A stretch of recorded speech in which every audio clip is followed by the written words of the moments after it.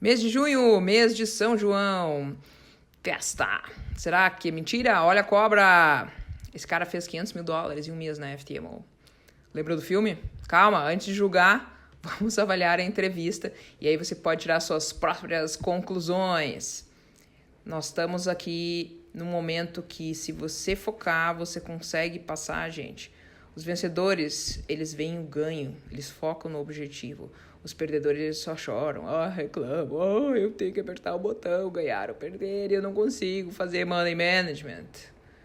Vamos falar e ver essa entrevista aqui, porque é tudo de bom. Vem comigo.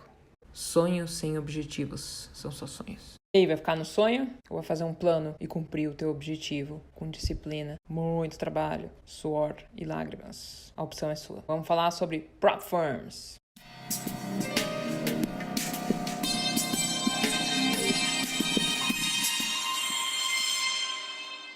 Se vocês quiserem saber qual é a corretora que eu uso um broker americano que chama Henkel Trade. Esse Henkel Trade ele é muito legal. Primeiro porque ele não é KYC, ou seja, você não precisa se identificar nem nada. É claro que no fim você acaba se identificando e tal, né? Mas se você não quiser, você simplesmente não precisa, tá? Você deposita cripto e aí os fundos vão para tua conta, porque esse dinheiro aí de Bitcoin Cash ou Bitcoin ou qualquer outra moeda lá que você quiser, mas essas aí são as mais baratas, ele vai ser convertido para euro ou dólar. E aí eu vou deixar um link aqui na descrição do vídeo, é só você ir ali e aí você pode clicar e abrir a conta, que é bem facinho. Então assim, na Henkel você pode abrir a conta que pode ser ECN ou ECN+. Então se você tiver conta com mais de $25 mil, daí você abre a ECN+, se for conta pequenininha, você abre ECN. E o mais interessante é que você pode abrir conta até de $10. Pode abrir bem pouquinho, tá, gente? Se você souber manejo de risco, com juros compostos, essa conta dá para ficar bem grandona. O legal é que o spread aqui é de 0, tá?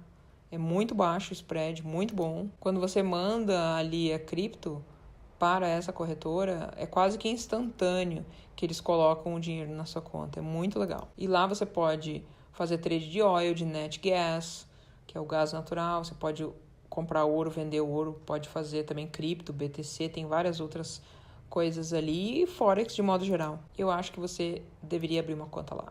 Você sabia que só 4% passam nas prop firms? Você quer estar entre esses 4%? Eu não encontrei estatísticas da FTMO, mas nos Estados Unidos existe a figura dessas firmas, chama as prop firms, né? No Brasil é mesa proprietária. Você, inclusive, é pago para ficar até na conta demo.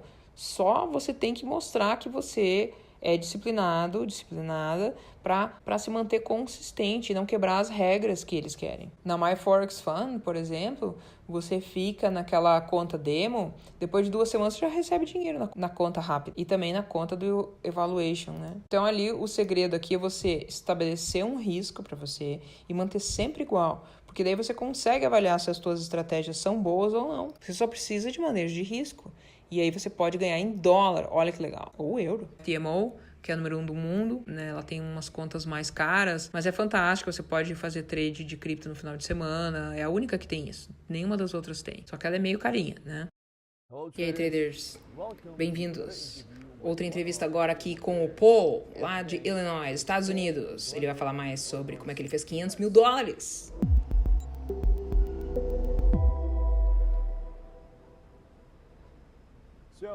Então, tudo bem, Paul? Prazer tê-lo aqui. Você quebrou todos os recordes, fez $500 mil em um mês. Bem-vindo.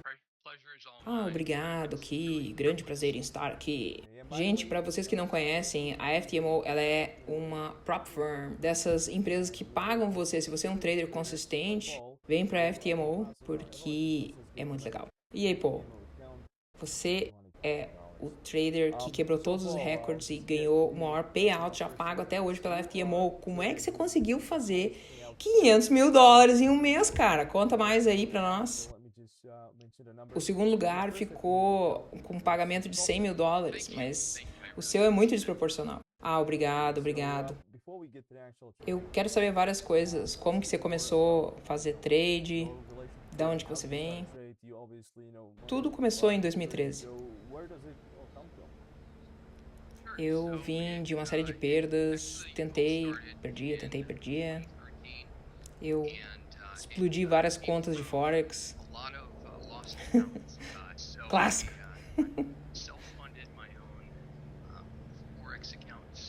E aí eu fui lá, de tanto erro, tentativa. Aí foi um processo que eu tive que passar. Eu fiquei em busca por indicadores, até achar uma estratégia boa que funcionasse. O meu grande problema é que eu comecei com dinheiro vivo, né? Eu não entendia a importância das prop firms, né? Onde você não arrisca o seu dinheiro. E aí eu acabei perdendo meu dinheiro, né? E aí foi ali que eu comecei. Hoje eu já recuperei todas as minhas perdas, né? E agora eu faço dinheiro novo no mercado sempre. Teve uma época que eu perdia tanto, gente, mas eu perdia tanto que eu tive que parar. Eu falei, não é possível a pessoa se matar estudando, fazer tanta coisa e perder tanto. Então, na verdade, eu aprendi trade de raiva. Trade realmente tem esse problema que mexe muito com o nosso psicológico, né?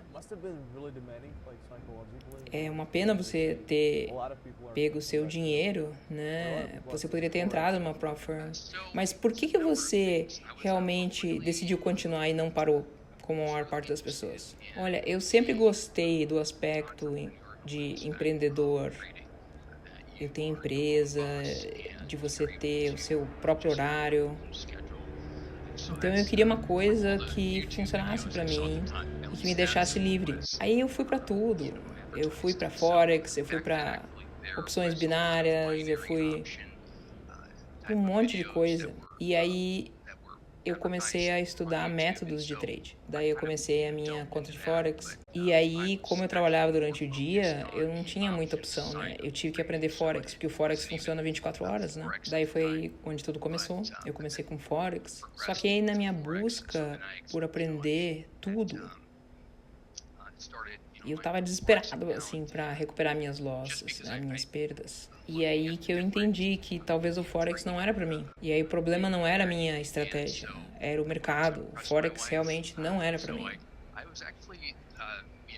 Eu queria muito, assim, causar uma boa impressão na minha esposa e não tava conseguindo.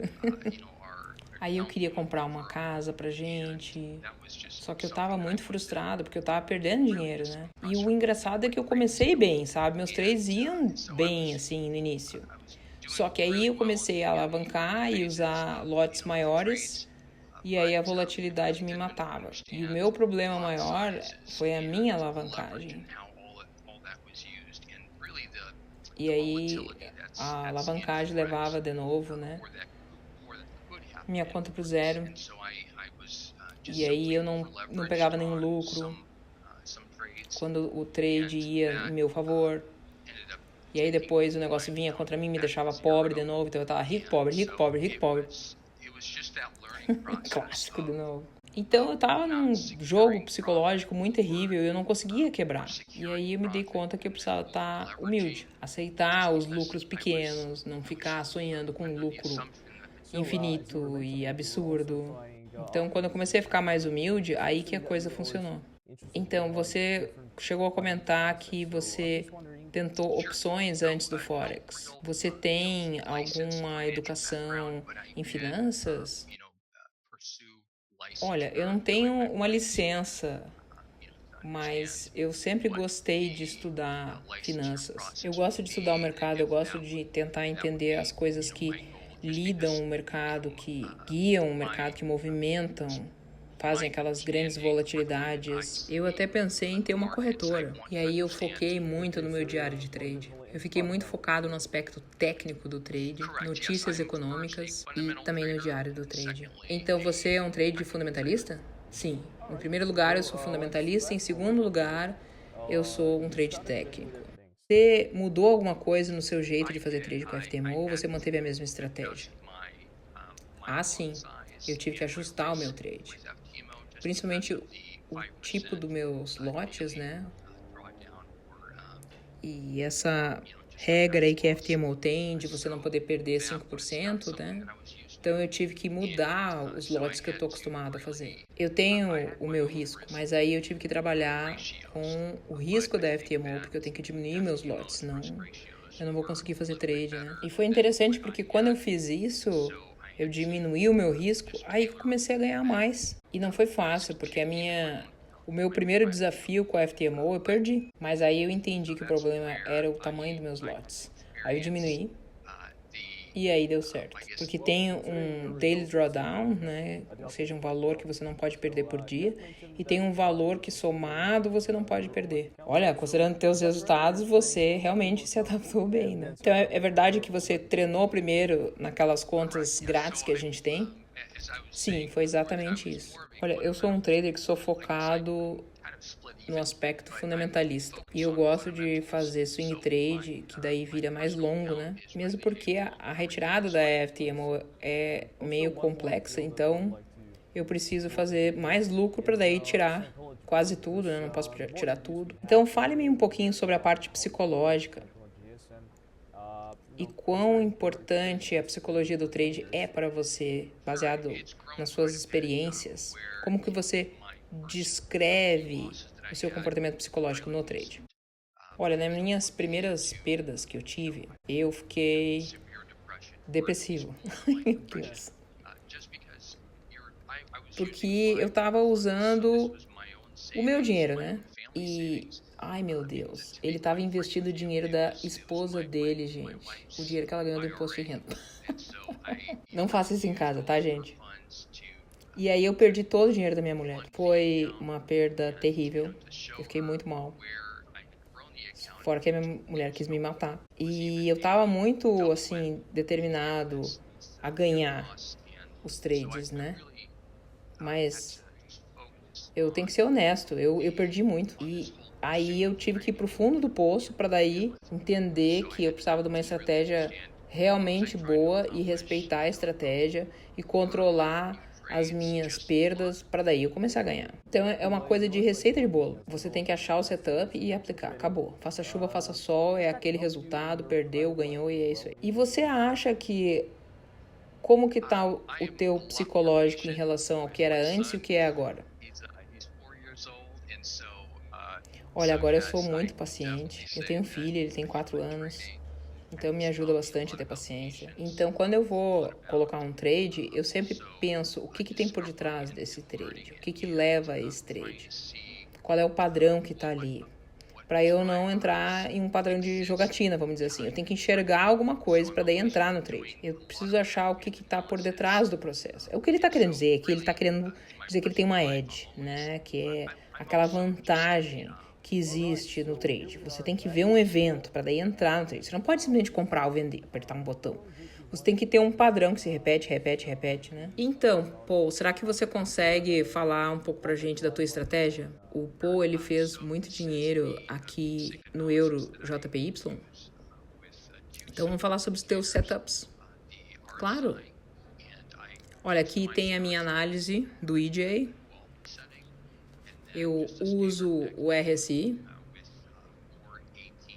Eu coloquei ele para 12, né? E o MACD, ele é aquele MACD padrão. Então, ele faz uma análise top-down. Então, eu estava focado em 2 pares. Basicamente, o EJ e o SP500. Então, eu considerei a análise técnica antes de entrar no trade. E aí, eu olhei para o gráfico mensal. Então, no gráfico mensal, eu estava procurando áreas de liquidez. Então, se eu quero comprar, eu busco por áreas de suporte e se eu quero vender, eu busco por áreas de resistência. Daí a gente está aqui no gráfico mensal e eu estou vendo esse rompimento de resistência ali. O que a gente vê aqui, em 2012 e 2014, o EJ ele estava numa tendência de alta e o RSI estava mostrando que estava ali sobrecomprado. Aí o EJ ele tem essa mania de romper a resistência e volta, romper a resistência e volta. Só que depois ele acaba indo mais para cima.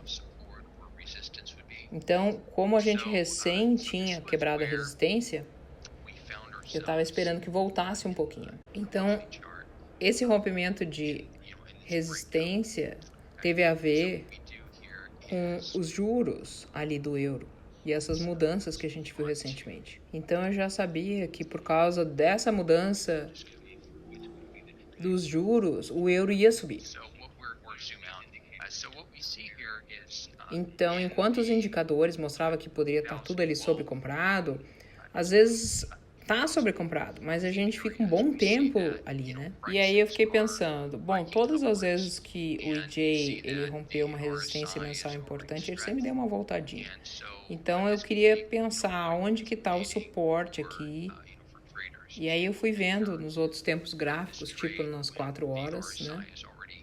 Aonde que seria o suporte, né? Porque eu não quero comprar um ativo que está mergulhando. Eu preciso comprar um ativo que caiu, mas que está de ladinho, porque eu não vou comprar uma faca caindo. E é aí que entra a minha paciência. Então, olha só, se a gente olhar aqui no gráfico mensal e comparar com o diário, ali está o candle que rompeu em abril. Então, olha só, aqui no gráfico de 4 horas, a gente tem um reteste. Então aí o euro, ele caiu muito, o EDA, né? E eu não fiz nada. Vi esse aumento de força no RSI e no preço, só que o RSI começou antes, né? E aí no gráfico mensal eu vi que eu estava num ponto de suporte bem importante. Gosto de olhar os pontos de suporte e resistência do gráfico mensal para entrar nos meus trades. Então, os meus suportes e resistência do mensal e do semanal são os mais importantes.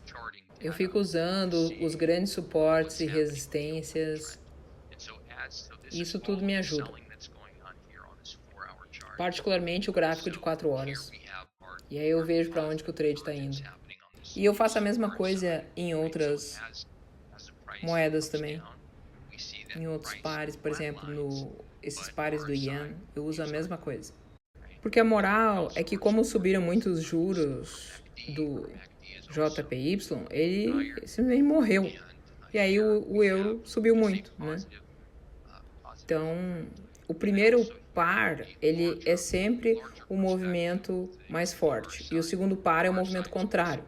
Então, por exemplo, o euro tá forte, aí o par tem que subir, né? Se o euro for mais forte que o JPY. Agora, se o JPY for mais forte, o par ele cai, né? O euro JPY cai. Então é assim que funciona o Forex, né? Então, quando eu fui comprar, eu tava esperando um pullback para daí comprar, né? Que era exatamente esse ponto mais inferior aqui do gráfico mensal do EJ. Aí, quando eles aumentaram as taxas do JPY, e aí isso me deu mais confiança por esse trade. Não foi os técnicos, né, os aspectos técnicos, mas sim eu estava muito preocupado com essas taxas de juros do JPY. Olha, eu tenho que falar uma coisa, se eu não estou enganado, sabe que tudo que é Banco Central do mundo está aumentando as taxas. Mas o JPY ele não aumentou as taxas tanto assim. Então... foi mal, desculpa. Esse homem não sabe. Olha, eu acho que as taxas aqui do JPY ficaram estáveis aqui em 2,5% e ele continua caindo. Sim, é verdade. Você está totalmente certo.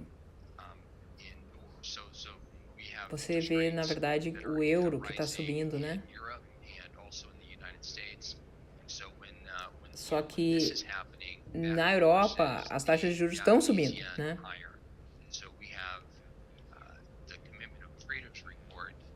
E talvez isso force as taxas do JPY para cima. Então tem um website que eu uso muito aqui que é o cftc.gov. E aí eu olho aqui as taxas, sabe? Esse cara tá muito nervoso. Eu tô olhando aqui o JPY. E eu tô especificamente focado no aspecto não comercial. Esse aqui são os hedge funds, os grandes banqueiros. E depois tem um lado comercial, que são as companhias que vendem os produtos, né? E aí essas companhias, elas pagam os seus fornecedores em ien. Então eles têm que fazer hedging contra o ien.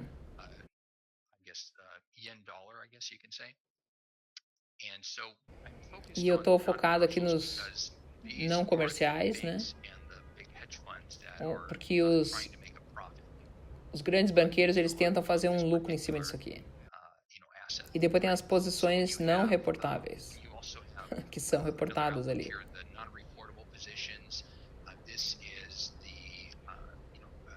Então aqui você vê que tem 39 mil que estão vendidos nesse par, no JPY.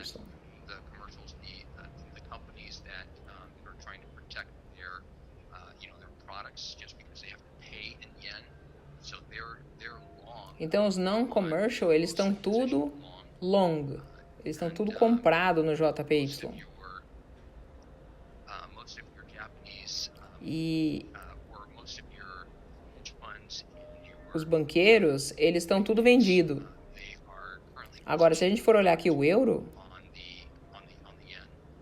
e ver os não comerciais aqui,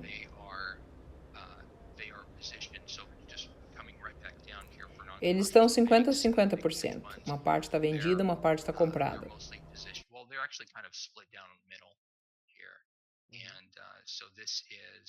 Estão um pouquinho mais vendidos do que comprados. E o lado retail, eles estão comprados. Então aí eu fico olhando para essas posições e fico pensando o que esses caras estão pensando e por que eles estão se posicionando desse jeito. E aí é que eu olho para o gráfico.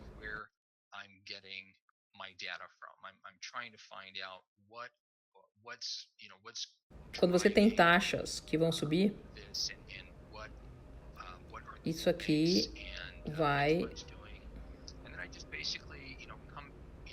derrubar o euro e subir o JPY.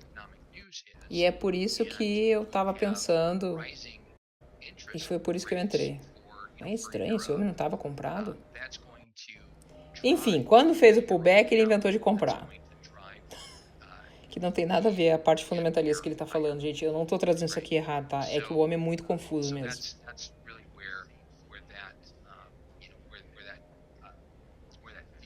Daí no gráfico de 15 minutos, eu juntei o gráfico de 15 com o gráfico de 4 horas, com o gráfico do diário.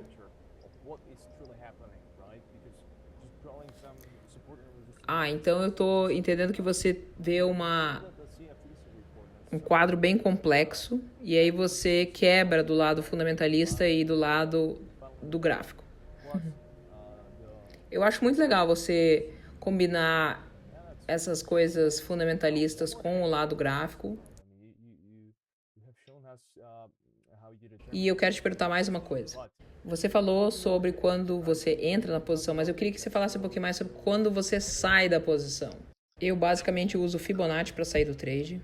Então eu uso uma ferramenta de Fibonacci. Então aqui eu estou traçando uma trendline, uma linha de tendência, né? Daí ele achou uma resistência e está colocando a linha de tendência. Então, quando eu entro no trade, não é por causa do rompimento ali da linha de tendência. Eu basicamente estou olhando ali para o RSI subindo e o preço não estava subindo. Então, aquilo ali para mim é que é o ponto principal. Então, eu acho que a prévia alta vai ser testada por causa desse padrão aqui que eu estou vendo. Então, essa linha de tendência seria uma boa área para eu entrar. Daí eu posso comprar aqui. Então ele usa a extensão do Fibonacci. Aí ele coloca ali, ele clica no alto.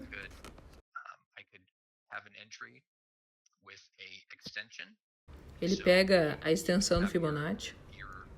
Ele clica no ponto mais baixo. Aí o segundo ponto, louco, ele põe lá em cima onde que ele acha que tem que pôr. E o último ponto é esse pullback menorzinho ali. E aí ele vai ter os seus alvos. Então ele pega lucro dele nesse primeiro 1.618 do Fibonacci ali. E é assim que eu faço sempre. Eu pego parciais no 100% e no 1.618. Eu divido os meus lotes para entrar no trade. E aí vai chegando perto do meu alvo, eu já vou tirando parciais. Então, nesse par, eu estava mais focado no aspecto de longo termo desse par. Então, no passado, eu vi esses candles grandões aqui, onde teve um rompimento de resistência muito significante. E eu imaginei que ia acontecer a mesma coisa ali. Então, eu fiz questão de segurar o trade o mês inteiro, mas eu fui pegando um pouquinho de lucro, né? Porque a pior coisa que pode acontecer é você ver um monte de lucro entrando na sua conta, e aí você vê um monte de dinheiro saindo da sua conta também e você não fez nada. Você ficou rico, você ficou pobre. E aí, tipo assim, se eu perdesse essa entrada ali, eu ia entrar depois ali quando rompeu ali a linha de tendência de novo. E eu também sairia ali em 100% e 1.618. E agora você vai nos mostrar como é que foi o seu trade aqui no S&P que você fez. Olha, eu estava procurando uma venda. Daí eu estava olhando o gráfico das 4 horas, o Fed ia falar, eles iam falar sobre as taxas de juros, eu imaginei que ia vir o pior. Então eu sabia que aquilo ali era uma área de resistência nas 4 horas. E aí eu sabia que o Fed ia aumentar os juros, né? Eu fiquei impressionado que ele aumentou um monte, né? E aí eu vi já uma divergência negativa com o RSI, porque o RSI já estava caindo e o preço não estava fazendo nada. Então eu vi, opa, isso aqui vai dar venda. Então esse aqui foi um momento de distribuição antes da grande queda, né? E eu sabia também que ia dar venda porque o MACD já estava dando venda. Então eu tinha duas coisas aqui nas 4 horas que estavam me dizendo que já estava dando venda. Mas o preço não caía, então foi só uma questão de esperar mesmo. Daí nesse ambiente que eles iam aumentar as taxas, né? Eu já estava preparando aqui para uma venda. Então, se a taxa de juros aumenta, as ações vão cair. E aí que o SP500 vai cair também bastante, né? Daí eu fui para um tempo gráfico menor de 1 hora. Então eu vi ali que toda vez que o RSI ficava ali nas máximas, né? O RSI estava sempre menorzinho, apesar do preço ir testando as máximas, né? E aí isso aí me deu confiança para vender nas máximas. Daí eu fui pro gráfico de 15 minutos. E aí eu tava de olho no SPY. Isso aqui é uma ETF, né, do SP500. E aí eu olhei lá, opa, temos um gap aqui. Então, 397 eu vi ali que tinha um gap, né? Isso aí tudo era uma área que eu tava focado aqui nos lucros, né? No meu target. Só que o SP500 não tinha esse gap aí, né? Que aparece aqui no SPY. E aí eu decidi que eu realmente tinha que fazer uma vendona ali. Então eu olhei esse movimento de perna aqui para cima e aí eu projetei para baixo. Então eu imagino, bom, que sobe e cai, e aí deve fazer a mesma coisa para baixo. Esse tipo de padrão, ele repete muito. Então você tem que ficar de olho na pernada que o negócio dá para cima e você pega a pernada inteira e aí projeta para baixo. Eu gosto muito de fazer isso. Então olha só essa ondinha pequenininha para cima, ele projeta para baixo também, ó. Esse aqui é o primeiro ponto da extensão do Fibonacci. Esse é o segundo ponto, aquele topinho. E o terceiro ponto é ali embaixo. Bom, pelo menos esse aí tá mais lógico. E aí, anteriormente, aquele trade ali, uma boa compra também, né? Que era antes da notificação ali do aumento da taxa de juros, né? E aí, se eu tivesse entrado aqui, eu teria fechado ali em 100% e 1.6. que é o que eu sempre faço. E você nota que ali o preço realmente achou uma resistência, né? E ali o movimento que basicamente era esperado mesmo, né? Então, durante 2 semanas a gente teve queda bastante significativa, né? Então eu não vou lutar contra a tendência. Peguei meu Fibonacci, coloquei ali, é isso. E se tem muita gente usando Fibonacci, por que não usar o Fibonacci? Ok. Se as condições mudarem, você muda o RSI ou o MACD? Não, não muda. Eu deixo assim. Eu fiz assim no meu backtest, então é assim que eu uso. Se eu fosse alterar as configurações, aí não ia bater com o meu backtest que eu fiz, né? Então é por isso que eu queria ter uma coisa sempre constante, reprodutível. O RSI de 12, ele me ajuda muito. Principalmente nos pontos de fundo, essas divergências positivas ou negativas, né? Por exemplo, o preço vai para baixo, mas o RSI está para cima, então, opa, vai vir uma compra aí, né? E mesma coisa com o MACD. E eu gosto de entrar no segundo ponto ali, onde o MACD cruza. Não no primeiro, mas no segundo, sabe? E sempre com uma inclinação positiva do RSI. Daí, se eu olho isso, pronto, aí eu entro. Meu stop normalmente é 30, 40 pips. Dependendo do meu risco que eu estou usando, né, pode chegar até 50 pips, mas não mais que isso. Então, eu não gosto de ficar mudando as coisas, porque senão eu vou ficar forçando, né, coisas que não existem ali. Ah, tem traders que adoram fazer isso, forçar as coisas. A gente enxerga coisa que não vi, né? O pensamento de uma roda não é uma rosa, né, gente? Então, vou fazer a pergunta aqui, ó. Como que você faz o backtest? Que é aquele método simulado, né, que a gente faz. Ah, eu ia fazer trade aqui, ia sair aqui. Então, por exemplo, eu coloco lá o EJ. Eu ponho todos os pares aqui. A DJ. Daí, o que eu faço? Aí eu vejo o que está acontecendo. Daí eu vou colocar aqui todos eles em 1 hora. Você faz backtest com a sua conta da FTMO? Não. Na minha conta da FTMO eu não faço backtest. Isso aí eu faço com contas demo, né? Então vamos ver aqui. 19 de maio. Qualquer coisa nessa área aqui, ó. Eu vou fazer um zoom aqui. Daí eu vou colocar ali meu ponto baixo, ali o ponto para cima. E aí eu vou fazer aquela minha extensão do Fibonacci que eu sempre faço. Bem quando corta a linha de tendência. E aí eu sempre faço assim, eu ponho naquele ponto que rompeu a tendência. E aí eu ponho depois o segundo ponto no ponto mais alto da consolidação. E depois no ponto mais baixo ali da consolidação. É assim que ele faz. E aí que ele calcula, né, os 100% e os 1,6. É a maneira mais estranha que eu já vi colocar uma extensão de Fibonacci, sinceramente. Mas se o cara ganhou 500 mil, né? Tá, né?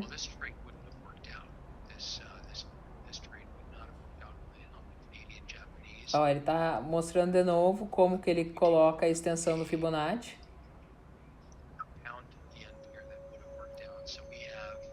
E sempre quando rompe a linha de tendência alta, ele traça o Fibo. Ou a linha de tendência baixa, nesse caso aqui, da DJ. Daí ele acha a consolidação para cima e aí ele põe o segundo e o terceiro ponto. Daí eu saio marcando tudo isso nesse gráfico aí de 1 hora e eu faço o trade. O mais importante é que ele não venha, o preço não pode ir abaixo daquele primeiro ponto onde rompeu a linha de tendência de baixa. Você vê que o preço vai para cima e depois o preço vai para baixo, mas ele não quebra. Porque se ele quebrar, aí eu perco, né? Então, o meu ponto de stop é aquele ponto de rompimento da linha de tendência baixa, que gerou o início do movimento. Eu sempre tenho ali os meus parciais retirados no 100%, e depois no 1,61. Esse aqui seria uma perda, aquele seria uma vitória. E aí eu sempre deixo um pouquinho no trade para daí ir até o fim dos meus FIBOs, né? Mas a grande parte do dinheiro eu já sempre tiro ali em 100% e 1,61. Você tem que ter a confiança no que você está fazendo. Então use o Fibonacci, que é muito legal. E aí, se você juntar tudo isso daqui com noções fundamentalistas, se você tem certeza que as taxas vão aumentar ou cair, que ninguém tem, né? Mas enfim, você pode fazer realmente aqui coisas importantes, principalmente se você considerar pontos mensais de resistência e suporte. Isso tudo é muito interessante para mim. Você fez um monte de trade, você tem que ter essa tua confiança aí que 100% aqui o teu método funciona. Você junta ali a parte fundamentalista e a análise técnica, que eu acho muito legal. Muito bom. Outra coisa que eu quero colocar, eu não uso só a parte fundamentalista, né? Eu uso ali o meu Fibonacci, como eu já mostrei para vocês. Agora pro Yen, a gente teve umas notícias muito violentas e olha só o tamanho do candle. Então foi um dia muito louco aqui, que foi para cima e foi para baixo, pegou stop de todo mundo, né? Então se a gente for aqui para os 15 minutos, olha o tamanho desse candle aqui. Então que esse trade foi na Ásia, né? E aí quando saiu o anúncio da taxa de juros, o preço teve um crash, mas ele continuou subindo. Isso aqui são muitos pips. E se você tá muito alavancado, você ganha stop aqui dos dois lados. Porque isso daqui... Nossa, foram 2.000 pips ali. Porque o problema do Forex é isso. É que, principalmente na Ásia, o movimento é muito errático. Por isso que a maior parte dos traders evitam operar na Ásia. As sessões melhores para operar é sempre Nova York, Londres também. Então agora o que eu faço é esperar o momento certo. E se eu tô no topo, eu não vou adicionar. Então toda vez que eu vejo um preço caindo, né? Só que a força do RSI está subindo, eu estou sempre pensando em compra. Então não é uma coisa só, é uma sequência de coisas que eu olho para entrar no trade. E aí eu tenho que ficar cuidando para não alavancar muito. Gente, eu tenho que falar, os termos que ele usa não é de trader profissional. Ele tá toda hora falando de alavancagem. Esse cara conseguiu esses 500 mil na sorte, certeza. Eu não quero viver a experiência que eu vivi de 10 anos atrás. Porque há 10 anos atrás eu perdi todo o dinheiro da minha esposa e eu não quero repetir essa coisa. Então todos os dias eu luto bastante para não repetir as mesmas besteiras. É sempre uma luta.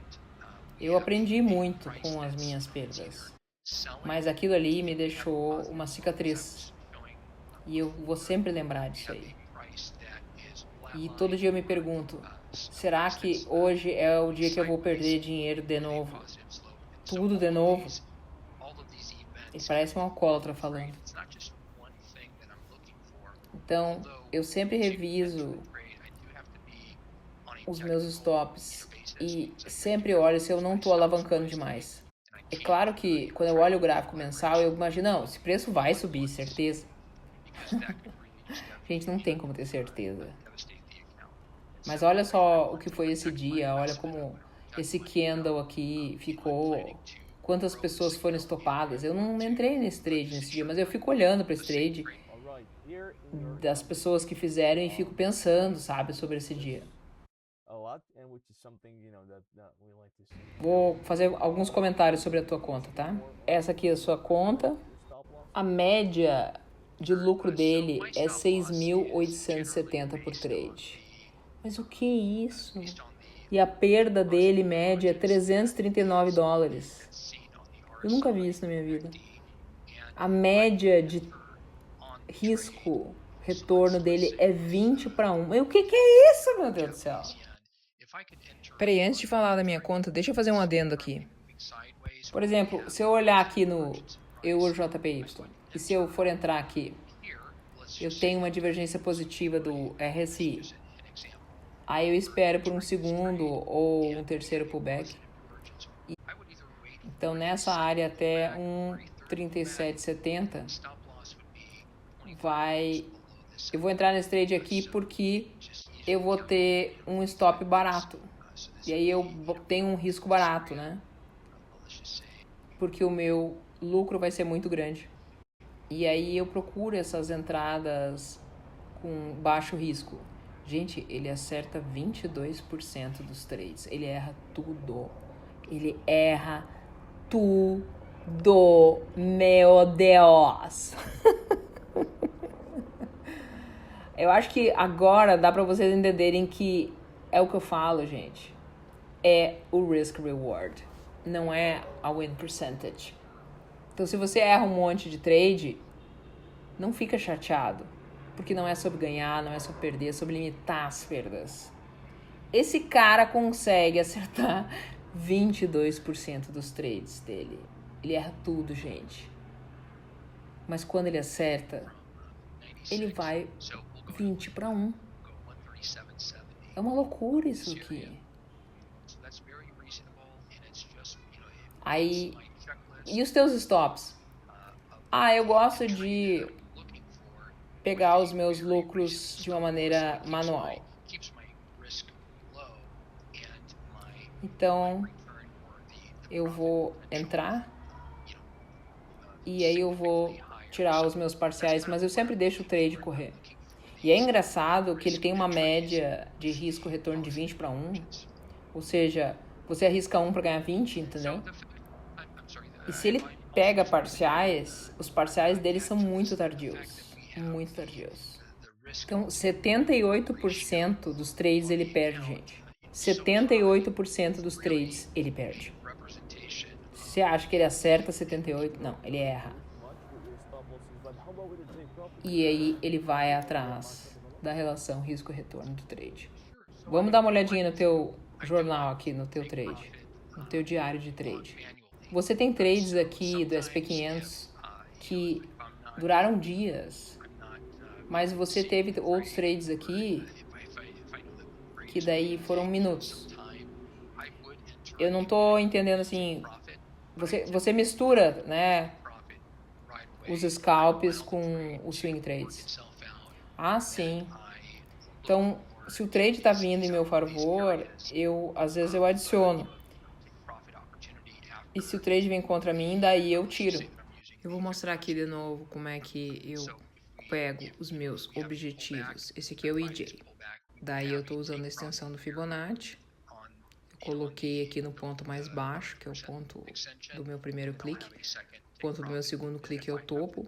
E o ponto do terceiro é onde eu acho que é esse finzinho aqui da onda 2 e começo da onda 3. Que na verdade é isso que ele tá fazendo, né, gente? Ele tá tentando pegar o começo da onda 3. Ele tá usando o Elliott. Ele não tá falando, mas é isso. Então, por isso que ele compra no pullback. O objetivo dele vai ser aquela retração ali de 100% e depois 1.6. Por quê? Porque a onda 3, normalmente ela acaba ali entre 1.6 e 2.6, né? E se ele chega a fazer uma piramidada manual, ele diz que pega os lucros de uma maneira manual também, nas proximidades desses alvos. Então ele usa a extensão do Fibonacci para calcular os targets dele. Mas olha só o que ele usa, que interessante. Ele pega toda a pernada de baixa. Aí quando a onda 3 for acionada, ele pega aquela pernada de baixa e ele projeta para cima, desde aquele começo daquela possível onda 3, que aí no caso seria 2.6. Ali ele botou 2.41, mas tá errado, é 2.6. Muito interessante isso aí tudo que ele tá mostrando. Ele basicamente, ele é um trader de Elliott. Ainda que ele não saiba bem isso, eu acho que ele está tentando esconder. É isso. Então é isso que eu faço. Eu basicamente pego essas pernas e eu faço as projeções, né? Então são várias coisas. É gap, é a projeção das pernas. E aí eu uso Fibonacci também. Então, deixa eu ver se eu entendi. Você sempre vai fazer esse negócio de pegar parciais, correto? Sim. Eu sempre faço esse negócio de parcial. Porque se a minha entrada é certa, eu não tenho que ter um drawdown. Eu não vou ficar negativo. O trade vai dar certo já de início. E se eu tiver que ser estopado, tá bom. Aí eu vou esperar uma hora melhor. Se a minha análise não estiver certa, é bom que eu saia no stop mesmo. Porque vai me economizar dinheiro. Porque quando eu pego o trade certo, ele vai muito longe. E esse é o trade aí que eu fiz. Então, olha só. Esse trade aqui, ó, que eu coloquei o Fibonacci. Se eu entrar ali ou lá, o meu stop loss sempre vai ser 40 pips. Mas o meu objetivo vai ser sempre o Fibonacci 100% e 1.6. Então, se eu colocar um monte de lote ali, e aí eu for estopado, aí é porque eu não tenho que olhar para esse par, eu vou olhar para outro. Então, eu tenho que tomar cuidado para não entrar muito antecipadamente, né? E pegar o começo da tendência. Para quem sabe Elliott, o que ele está tentando fazer, gente, é pegar o começo da onda 3, tá? É isso que ele está fazendo. Agora que eu entendi o que ele está fazendo. Então ele basicamente tenta fazer isso de um jeito meio estranho, porque ele considera o rompimento da tendência, mas ao mesmo tempo muito interessante. A onda 3 da onda de Elliott, ela é a maior. E ele usa como target essas projeções das pernadas anteriores, né, do 4 horas, o que é muito interessante também, e funciona mesmo. Então, por exemplo, eu gosto de fazer trade com news também, notícias, né? E sempre essa coisa aí de taxa de juros é onde eu mais gosto de fazer trade. Então, se eu quero comprar o preço, eu preciso que ele caia por causa da notícia. E aí depois ele vai subir, entendeu? Porque eu uso o pensamento contrário como minha edge, como a minha probabilidade maior de ter um trade de sucesso. Então tem trade que você não precisa entrar, porque eu estou concentrado aqui em não perder a minha conta, não explodir a minha conta.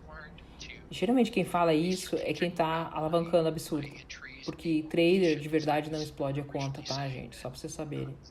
Porque você arrisca muito pouco, 0,2%, 0,1% da sua conta. Não tem como você explodir a conta com um trade, a não ser que você alavanque demais. Mas aí não é trade, é gambling, é jogatina.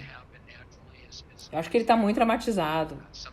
Ou ele é sério e ele tá muito traumatizado ainda, ou ele acertou na sorte, tá, gente? Mas assim, 20 para 1 de risk reward eu nunca tinha visto. Nunca tinha visto. É muito alto, gente.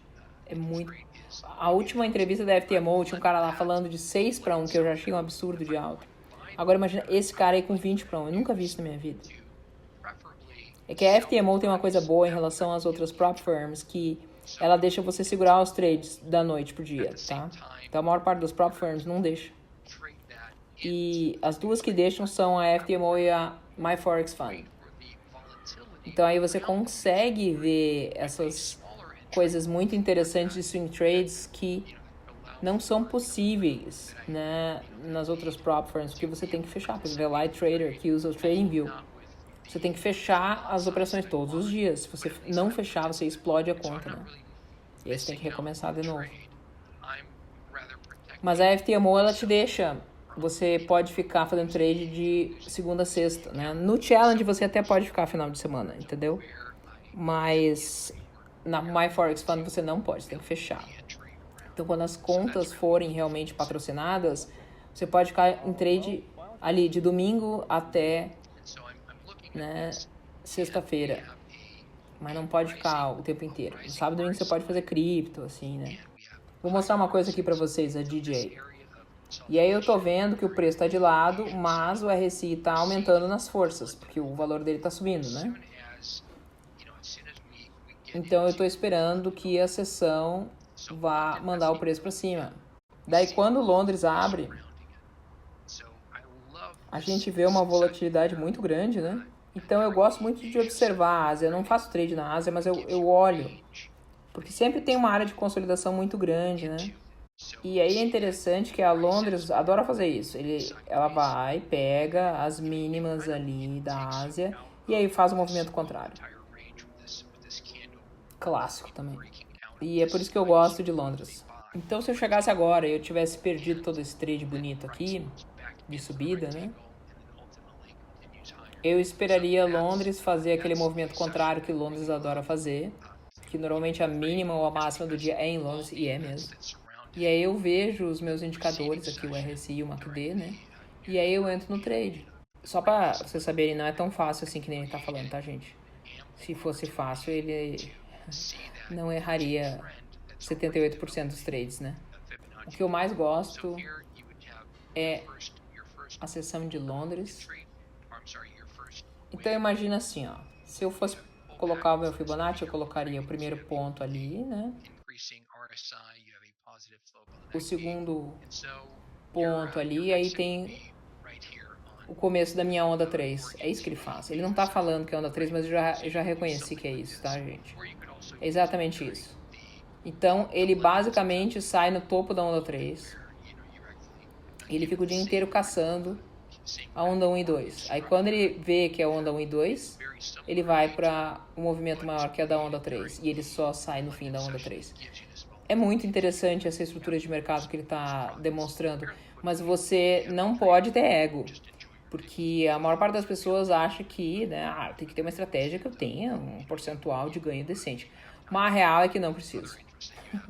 E a maior prova é essa entrevista aqui com esse cara que fala. Eu não traduzi tudo, tá, gente? Porque não tem condição. Ele fala muita besteira. Tipo, ele fica falando 10 minutos e não diz nada. Deixa eu perguntar umas coisas aqui finais pra você. O que você vai fazer com esse dinheiro? Quais são os teus planos? Ah, eu tenho muito plano. Certeza que ele vai comprar casa pra esposa dele, já que ele perdeu tudo antes, né? Não, isso é bobagem, tá, gente? Eu que tô falando isso. O plano dele é se transformar no melhor trader que a FTMO já teve.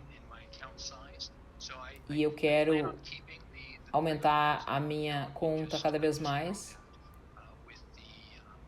E eu comecei com 300 mil, né? Eu levei ele para 800 mil. E eu quero continuar crescendo, né? Ser um trader responsável. Cortar as minhas perdas rápida e deixar os meus lucros indo até o infinito.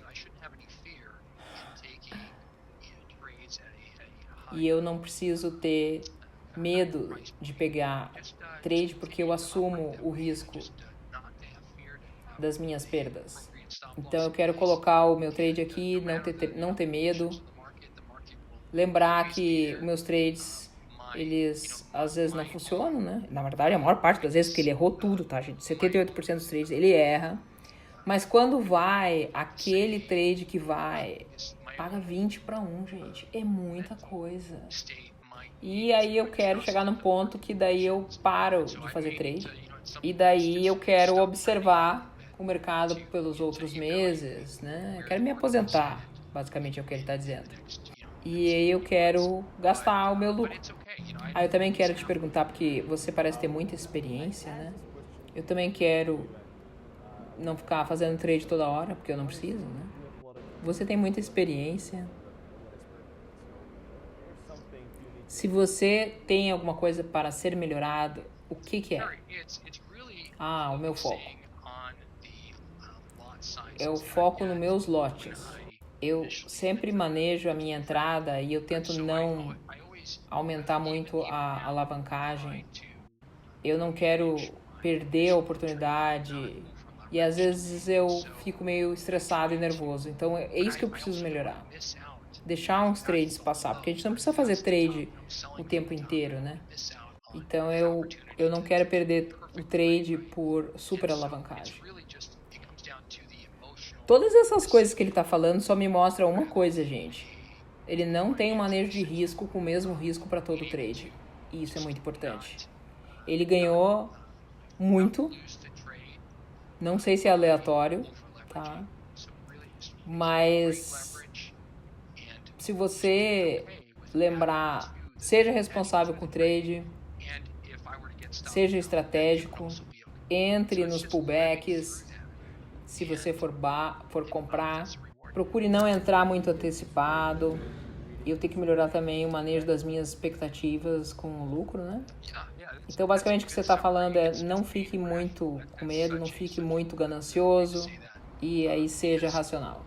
Sim, é isso mesmo, seja racional. Nós todos fazemos decisões irracionais. O que eu não quero fazer, eu faço.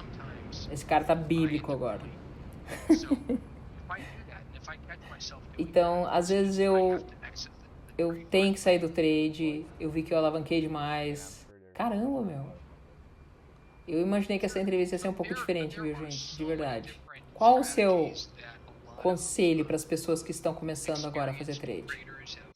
Existem várias estratégias que traders experientes fazem, que até colocam no YouTube. Cada estratégia tem os seus prós e os seus cons, né? E aí você tem que ir tentando as estratégias para ver qual que realmente funciona. Não desista, cara. Não desista se você perde um monte. Ele é o cara perfeito para falar isso, perdeu 78%. Esse jogo realmente não é sobre ganhos e perdas. Então você vai lá, erro e tentativa. Tem uns experimentos que você vai fazer que vão falhar, não tem jeito. Mas de tanto errar, você vai ter sucesso. E a gente aprende com as nossas perdas. Seja com uma prop firm, onde você não arrisca o seu dinheiro, ou, infelizmente, com o seu próprio dinheiro, quando você não tem noção. Você tem que ter um bom olho para entender o que você não pode fazer. Não é o que você faz, mas é o que você não pode fazer. Cuidado com os lotes muito machos, muito grandes, né? Tente olhar o trade e seja muito paciente e muito racional. E se você entrou com um lote muito pequenininho, aí você tem lucro, você tira vantagem disso daí, e aí você tira lucros para você, né? Sempre tem que tirar uns parciais, porque daí você tem a chave para ficar crescendo na sua conta. Muito cuidado com o lucro que entra na sua conta, porque ele realmente pode desaparecer. E isso é muito comum no Forex. Porque você tem pullback toda hora. É uma série de ondas. Então, se a tua entrada não deu certo, já sai, tudo bem. Mas se deu, vai até o fim com o trade. Nós falamos sobre o aumento das taxas de juros. Essas taxas de juros são muito diferentes do que eram há 4, 5 anos atrás. O mercado realmente mudou muito. E ele é muito diferente do que era 5 e até mesmo 10 anos atrás, porque a gente está vendo coisas agora que a gente nunca viu na vida. Os bancos centrais estão aumentando juros para tentar conter a inflação, né? E isso daí vão impactar muito algumas moedas e a gente pode tirar proveito disso tudo, particularmente dos pares como o Iena agora. E o mercado está muito caótico agora. O que você acha sobre isso?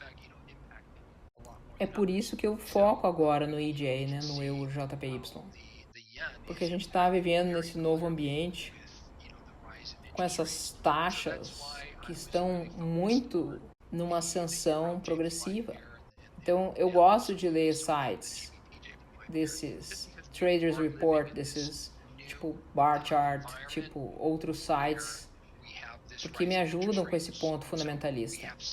A gente está vivendo um novo ambiente com novas taxas em ascensão, mas isso daí dá uma ideia muito boa do que a gente pode esperar. E aí você pode achar trade nesse sentido, dentro desse contexto fundamentalista.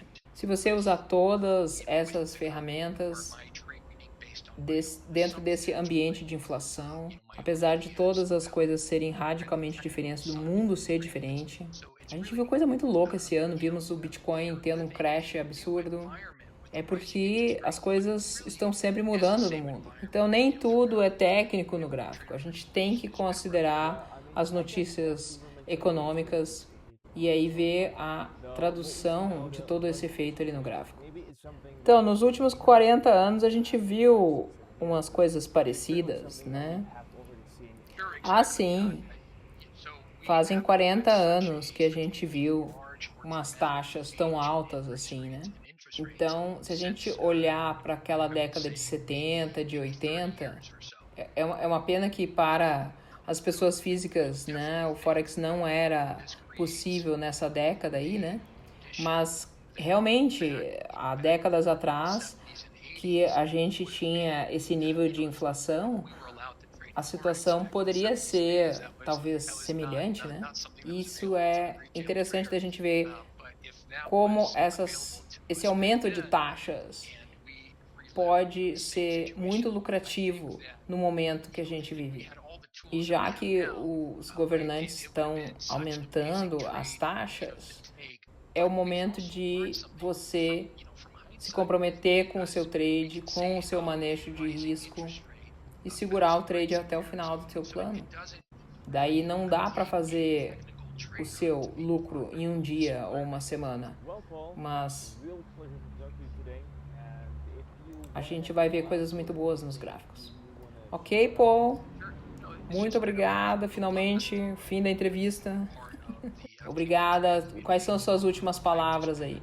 Eu acho que é uma benção ser parte aqui da FTMO e eu me sinto honrado por ter passado aqui no teste, por ter ganho a conta patrocinada e agora por estar ganhando esses $500 mil aí, tá, gente? É muita coisa. O cara comprou um apartamento em um mês, só fazendo trade. Impossível é só motivação, gente. Um monte de perda é só um sucesso que ainda não aconteceu, mas pode acontecer no meio de tanta perda se você manter a sua relação risco-retorno. E é isso. Muito obrigado pela atenção dispensada e até uma próxima oportunidade. Isso é a FTMO.